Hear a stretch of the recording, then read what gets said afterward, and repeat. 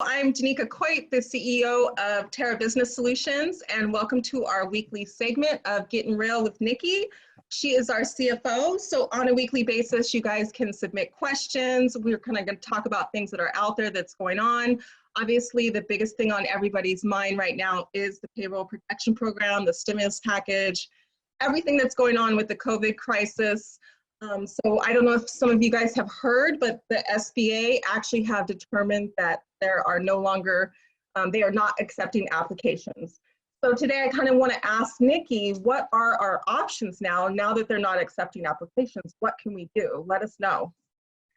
Yeah, so, we're out of money already. The $349 billion has been spent. I am not surprised. It certainly went faster than I anticipated, but I'm not surprised that we're in this position where we're looking at needing additional funding and needing additional resources because those funds have already been exasperated. There is talks in Washington and with Congress about an additional $200 billion. Now, nothing has been officially set in stone and nothing has been officially passed yet, but there has been discussions about additional funding, and what that additional funding will come with will probably be more for specific industry related things, like maybe hospitals and clinics. I know that that was in the mix of things of the additional funds. But aside from that, because it hasn't been passed yet, what are some of your other resources?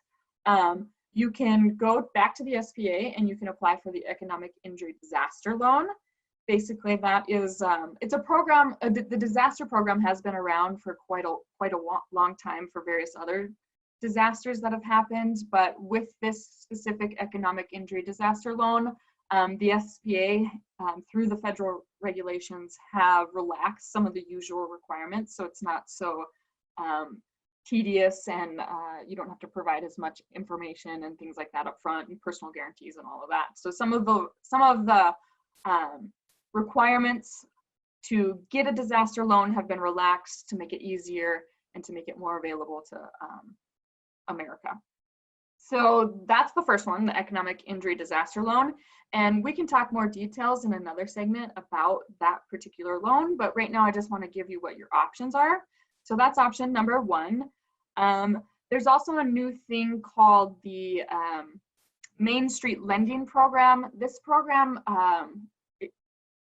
I just recently read about it, so I don't have a whole lot of knowledge on it, but from what I understand, it's for a lot larger businesses that need support, because I believe the minimum loan amount is $1 million. So that is another option if you are a larger company looking for funds. Then there are certain tax credits that you can also take. One of those being, what the heck is it called? The employee retention credit. Sorry, had to think about that for a second. So the employee retention credit is a credit that's available to business owners and companies. But the caveat with that one is if you've already taken the PPE and you've already received those funds, you are ineligible for the employee retention credit. But if you did not get PPP and you are still looking for resources, this credit is available to you. I believe it is $10,000 of available credit up to 50% of your qualifying wages, and it's paid through a certain period. So there's a certain period of time in which you can get a credit of up to 50% of what that amount is. And again, we can go into more detail about that resource in another segment, but I just want to let you know that that is one of the other resources if you unfortunately didn't get into the PPP at this time. And the last thing that I will mention in terms of finding additional resources for funding during this period would be retirement plans. So if you do have if you're a business owner that has a retirement plan, they've changed some of the restrictions and some of the limits on retirement plans and what you can loan from them and how you can loan from them. So if you're in a cash crunch, which many of us are right now, you can certainly look to taking some money out of your retirement. So those are the primary resources that we have available at this moment, and look for future segments that go into more detail on each one of those resources. Thank you so much. And you know, I know we're going to be talking about this in future segments, but if they wanted to kind of go research now, what is the best kind of website, or where can they find more information? Maybe we'll just post it under this video, but off the top of your head, is there somewhere they can go to kind of find this information online? That's a really good question, Danica, because we're inundated with so much information every day. We have no idea where to go or where to start, and our head is kind of spinning because there's so much out there. But the absolute best resource, one of the most credible resources, would be the SBA website directly. Their website is sba.gov, and they have a whole page that lists out all of the resources that are available through the SBA specific to the COVID-19 virus. And then just a follow-up question. I know SBA is usually for small businesses. Could independent contractors and people like that also find information on SBA, or is it just for businesses? That's a really great question as well. With all of this going on and the legislation that has been passed, many things have been passed to be inclusive of those that normally wouldn't be included, such as independent contractors and self-employed individuals.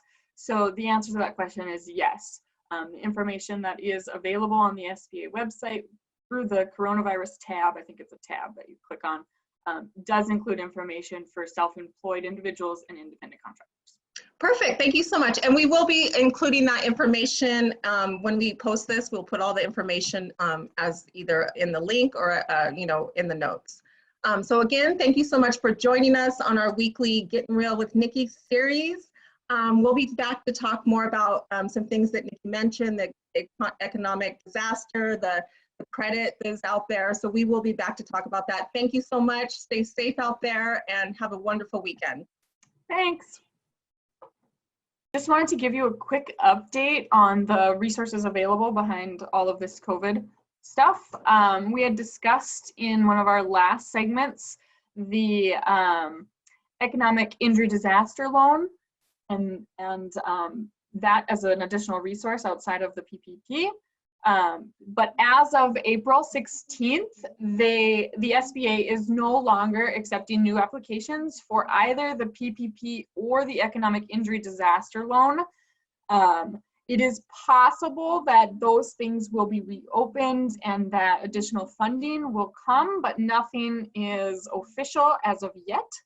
So I just wanted you to know that as of April 16th, those two resources are closed and no new applications are being accepted at the current time. So what you can do going forward is just make sure that you have all of your 2019 bookkeeping and taxes in order and completed. That way you're ready when the new round opens up. That way you're ready with all the information that you need.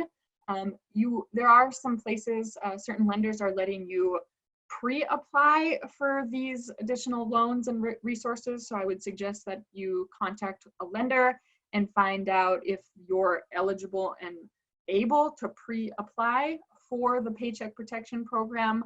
And then of course the SBA, the economic injury disaster loan, has to be directly through SBA.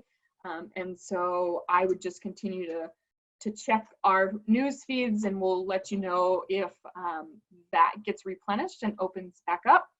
And then the last thing would be, if you're really in a cash crunch, explore some other alternative funding, like through different loan resources, different traditional loans from your banker, or maybe going into your retirement funding and loaning against that. Check out some different funding options. So those are the things that I would really focus on right now, is just getting all your books and taxes in order, pre-apply if you're eligible, and then explore other funding options. So that's my update for today. Stay happy, healthy, and safe. See you later.